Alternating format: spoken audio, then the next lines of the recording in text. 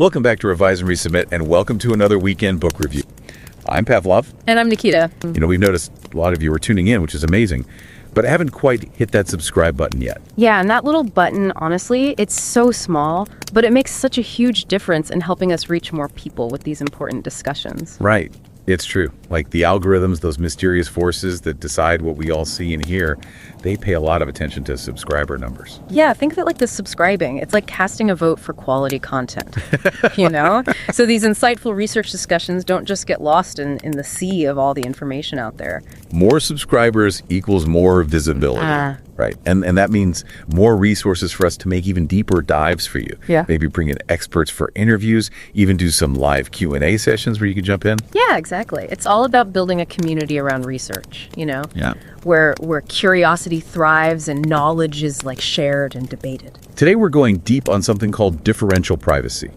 You can think of it as like a really clever way to keep sensitive data safe using some pretty interesting statistical techniques. We've got some great sources lined up for you, articles, even a whole book that really goes deep into the nuts and bolts of this DP stuff. Yeah, that's right. And for you, our listener, the goal here is pretty simple. Get a solid grasp on what this differential privacy thing actually is, why it matters so much in our data-filled world, and what some of the biggest hurdles it faces are. We want to give you the core, the essence of it, without bogging you down with too much technical jargon. Right. It's like a cheat sheet to being well informed. Exactly. So our mission today is to really unpack the core ideas behind DP, see how it improves on older methods of data protection, what challenges it's up against right now, and why it's becoming such a vital tool as we keep generating more and more data. Absolutely. So let's jump right in. What exactly is this differential privacy? Okay, so at its heart, differential privacy is all about making sure that when we publish statistics, from a data set that has sensitive private information, we don't accidentally give away anything specific about any individual person in that data. Right. And the key idea is to add a very carefully controlled amount of randomness, or noise, you could call it, to the results, to the statistics. And this noise basically makes it really hard for anyone who's looking at those published numbers to figure out the specific private details that are underneath. No, I know, just hearing that, it can sound a bit intimidating, right? I mean, one of our sources even mentions that, differential privacy kind of comes from this world of computer science and involves a fair bit of, math and proofs and definitions, all those things that, can feel a bit overwhelming if you haven't, dealt with that kind of stuff in a while. Yeah, no, you're absolutely right. There's definitely that initial feeling of whoa, this is complicated. But the really cool thing, the really powerful thing is that this reliance on mathematical proof, it's actually a huge advantage. Yeah. Because, as our source points out, once you've got something that's mathematically proven, well, it's true, right? It's true in a very, very fundamental way. There's no arguing with a solid mathematical proof. Yeah, and it's funny that the author even shares this anecdote about initially being skeptical about DP. They told one of the inventors of it that they just didn't believe in it, and the response they got was brilliant. That's like saying you don't believe in multiplication. Right. It's it's a fundamental truth, right? Yeah. And that little story, I think, really highlights this kind of fundamental shift in how we think about keeping data private.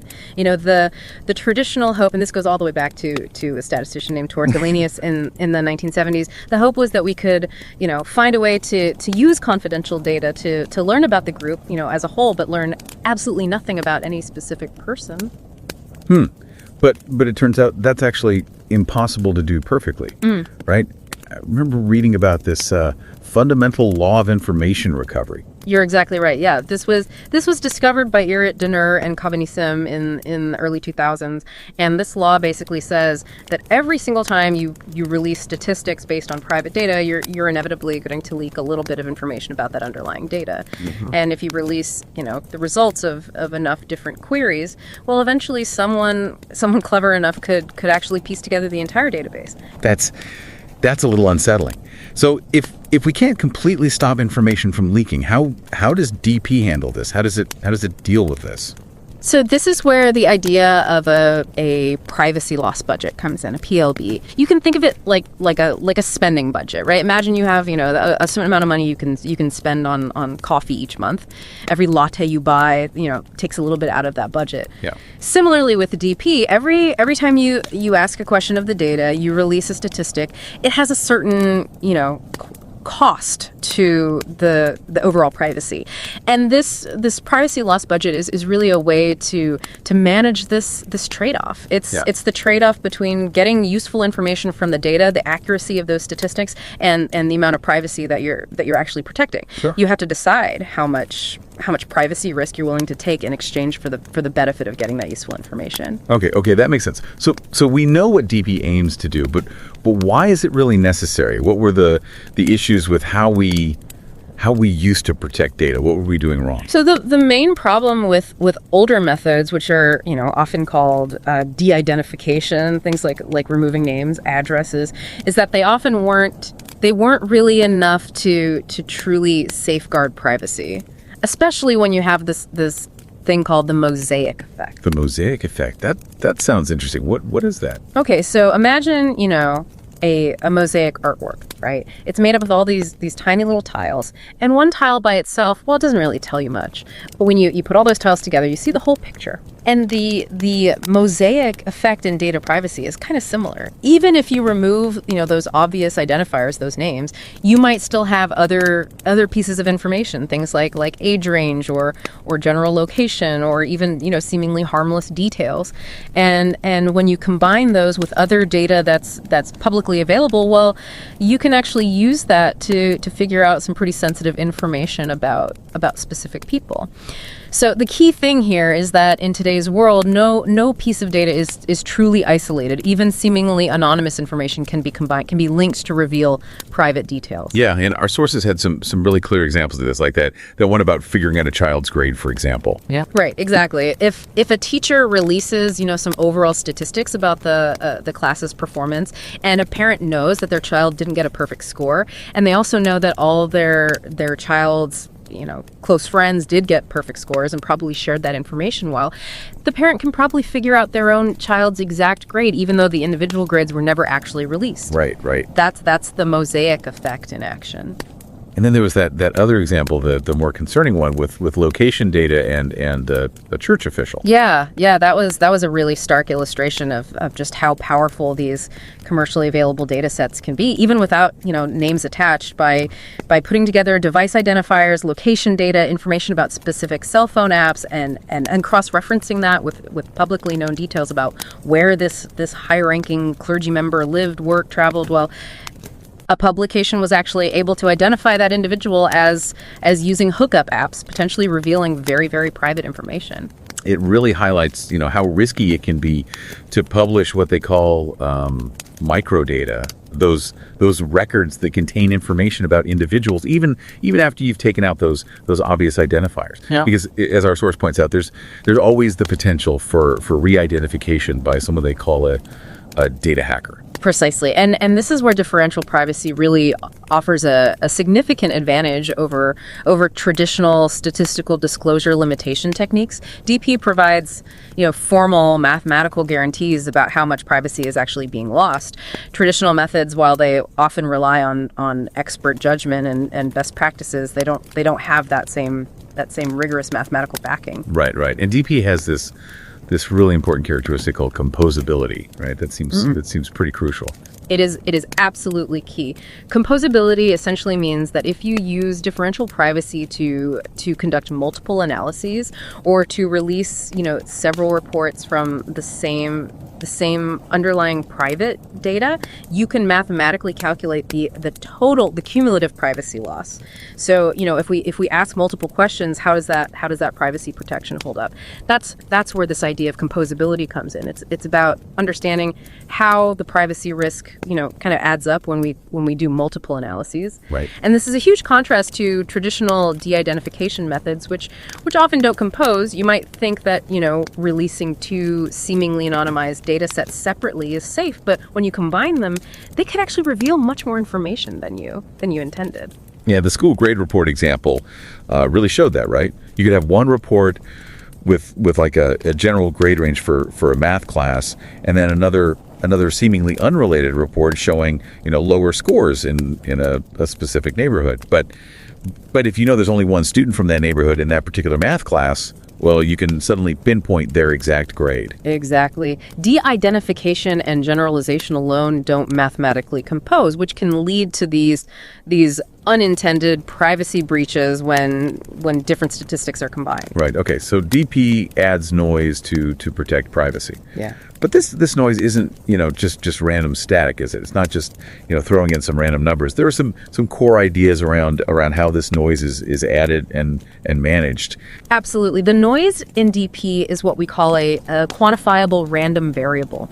And this idea of thinking about noise in a statistical way actually goes back to engineers at AT&T in the 1920s. They were studying transatlantic radio signals, and they realized they couldn't get rid of the noise completely. So they started developing, statistical models to understand it, to describe it. And in DP, we use different types of statistical distributions for this noise, right? Like the Gaussian distribution, that classic bell curve shape you might remember from statistics class, and the Laplace distribution. These are different ways that statisticians model randomness. Yeah, and while the Gaussian distribution might be more familiar, especially in kind of general statistics, the Laplace distribution is often used in textbooks to explain DP because it relies on a single privacy parameter, and its privacy guarantees and how they add up are relatively straightforward to understand. Mm-hmm. However, in real-world applications, you might see more advanced techniques being used, things like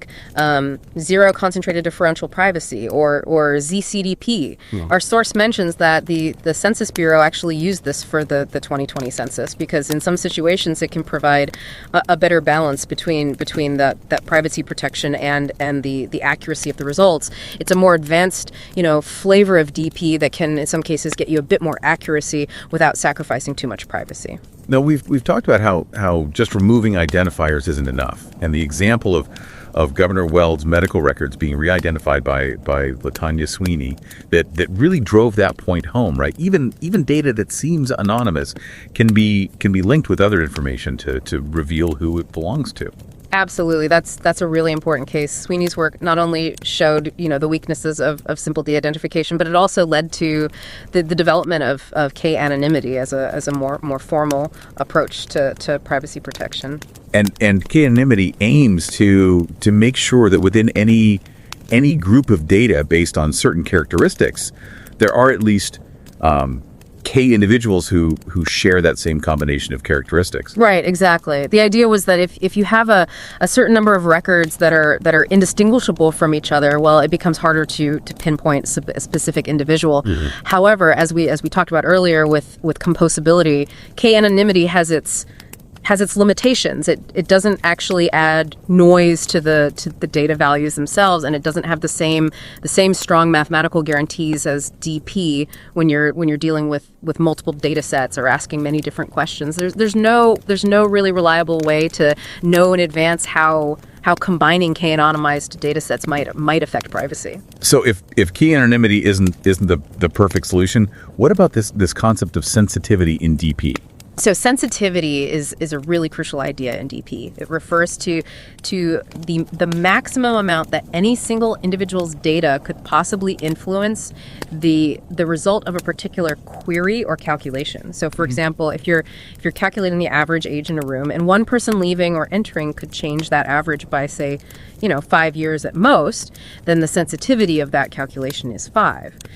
Importantly, for you to understand, the sensitivity isn't about how secret the data is, but about how much a single person's data could change the outcome of our calculations.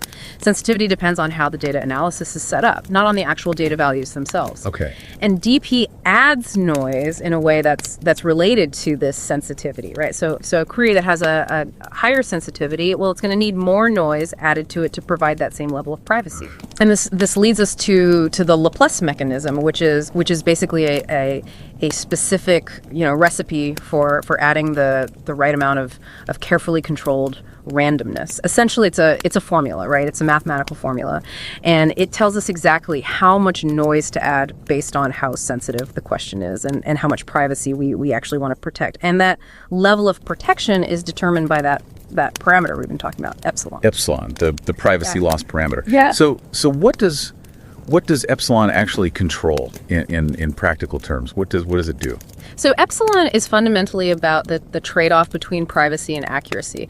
A smaller value of epsilon means you're adding more noise to the data, which gives you stronger privacy guarantees, but it can make the results less accurate. On the other hand, a larger epsilon means you're adding less noise, which can give you more accurate results, but weaker privacy protection. Well. So deciding on the right value for epsilon is a really important decision. And it often involves, balancing the need for useful information with the need to protect people's privacy. It's not just a technical setting, it's also a policy choice. Now, we touched on composability earlier, but our sources go into a bit more detail about different composition rules. Can you explain those a bit more? What are these rules? Yeah, absolutely. So the first type is what's called parallel composition, and this comes into play when you're running queries on data sets that are completely separate from each other. So imagine you have two different surveys, and no one participated in both of them. If you analyze each survey separately using DP, the total privacy loss is basically limited by the largest privacy loss incurred by any single analysis. Okay. It doesn't add up across those separate data sets because they're independent. Makes sense. Analyzing completely separate sets of data doesn't increase the overall privacy risk in the same way as analyzing the same data multiple times. What about sequential composition? Right. So sequential composition is what happens when you run multiple queries against the same underlying data set. And in this scenario, the privacy loss does accumulate. Think about asking, different questions about the same group of students' test scores. Each question, even if it seems harmless on its own, it reveals a little bit more information about the underlying data, and the total privacy loss grows with each query. It's like, making multiple withdrawals from the same bank account. Each withdrawal reduces the balance. It's like those old-fashioned strings of Christmas lights. If one bulb goes out, the whole string goes out because they're wired sequentially. Yeah, that's a great analogy. Each query is linked and contributes to that total privacy loss. Exactly.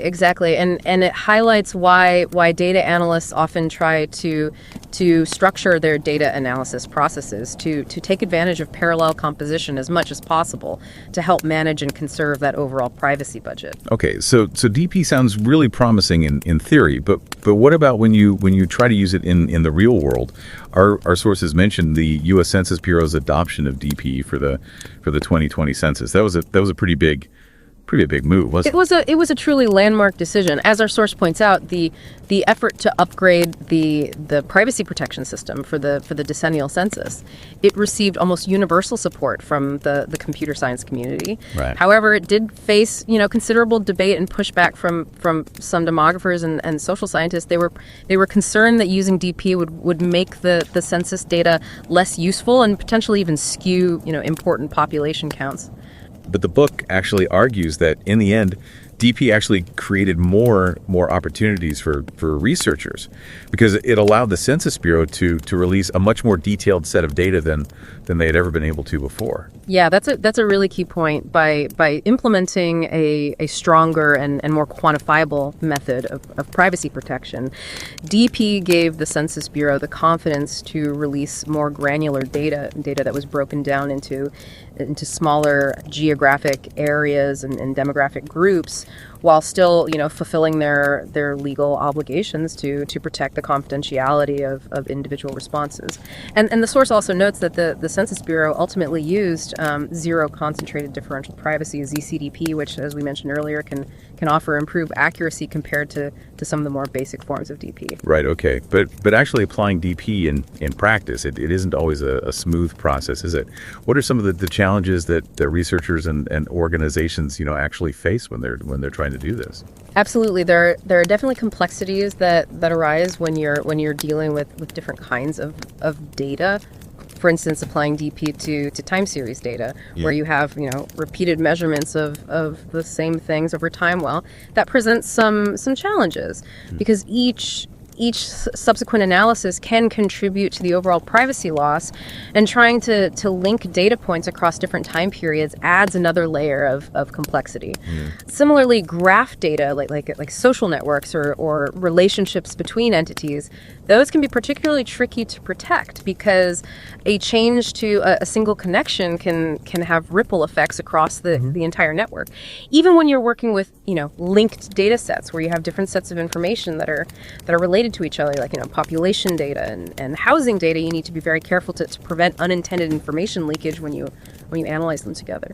And I was also kind of surprised to see mention of efforts to apply DP to things like narrative text and even photographs. That seems like a very different challenge than working with numbers in a spreadsheet. It is a significant departure. With narrative text, you can't just randomly change words without completely losing the meaning. Researchers are exploring ways to identify key features or aspects of the text and add noise in a way that still preserves the overall content while protecting individual details. For photographs, techniques beyond simple blurring, such as using AI to subtly alter facial features or replace parts of an image in a privacy preserving way, those are being investigated. However, as our source indicates, developing effective privacy protection methods for these kinds of more complex multimodal data, it's still a very active area of research. Another interesting concept that was mentioned was secure data enclaves or trusted research environments.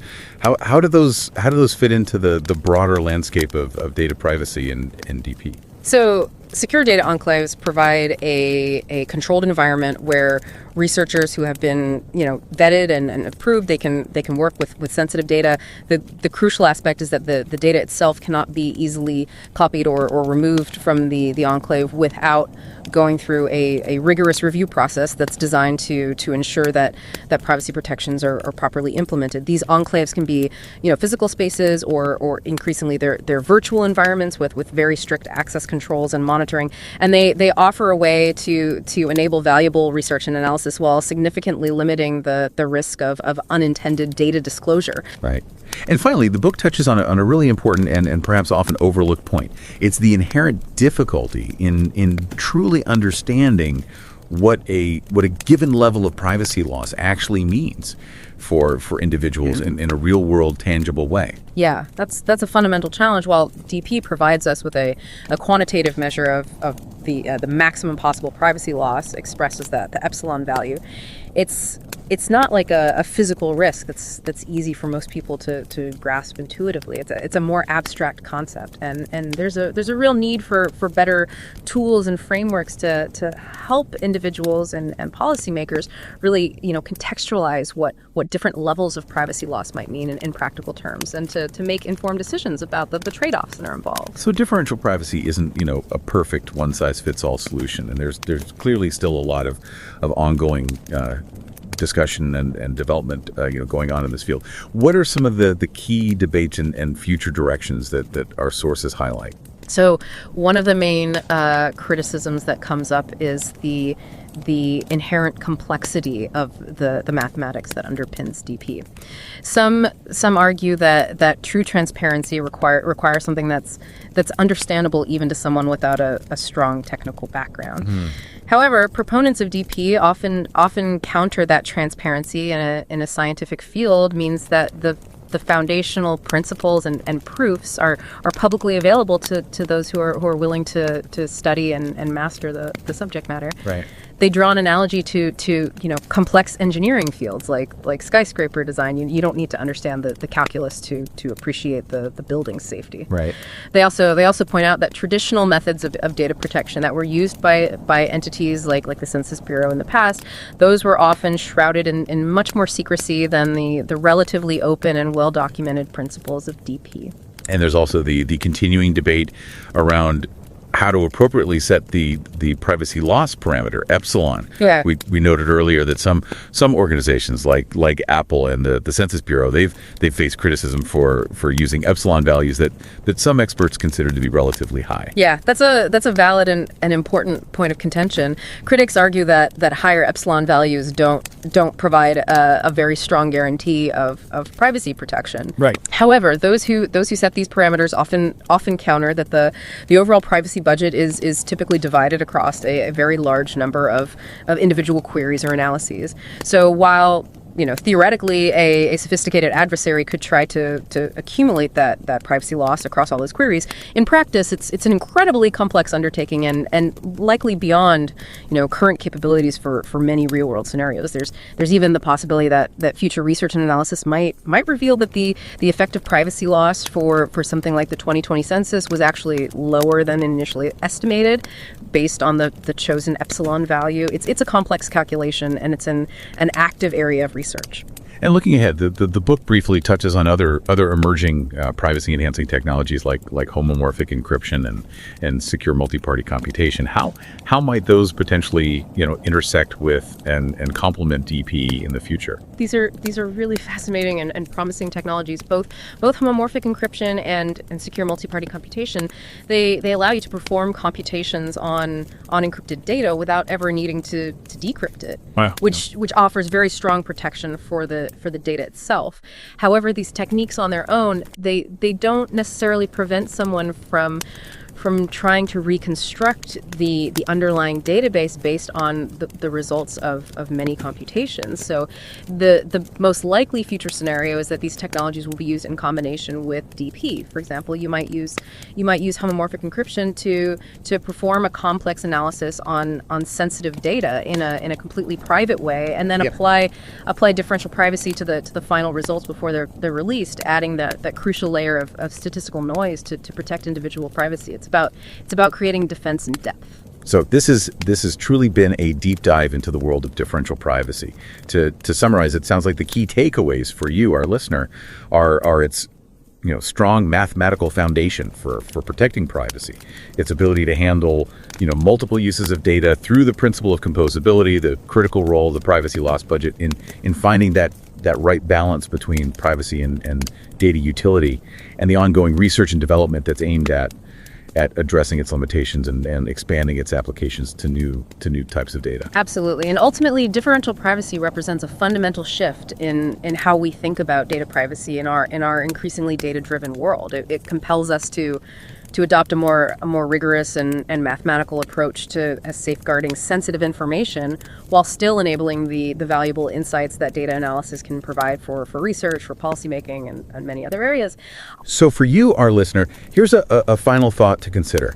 In an age where data collection is becoming more and more pervasive, how should societies navigate this inherent tension between the immense potential benefits of large data sets for research and public good, and the fundamental right of individuals to have their privacy protected? Mm-hmm. What role can innovative technologies like differential privacy play in helping us find a sustainable and ethical path forward? For a deeper exploration, we encourage you to revisit some of the key terms we've discussed today, like canonymity, the mosaic effect, and the privacy loss budget, as well as the fundamental law of information recovery. Mm-hmm. Think about the implications of DP in the various fields and industries that are of interest to you. And don't forget to subscribe to Revise and Resubmit on Spotify and Apple Podcasts for more captivating deep dives like this one. And if you're enjoying the show and want to support us in creating more insightful content, consider becoming a patron on Patreon. Every contribution helps us continue this journey of exploration and discovery. Until next time, keep those minds curious, keep questioning, and keep revising and resubmitting.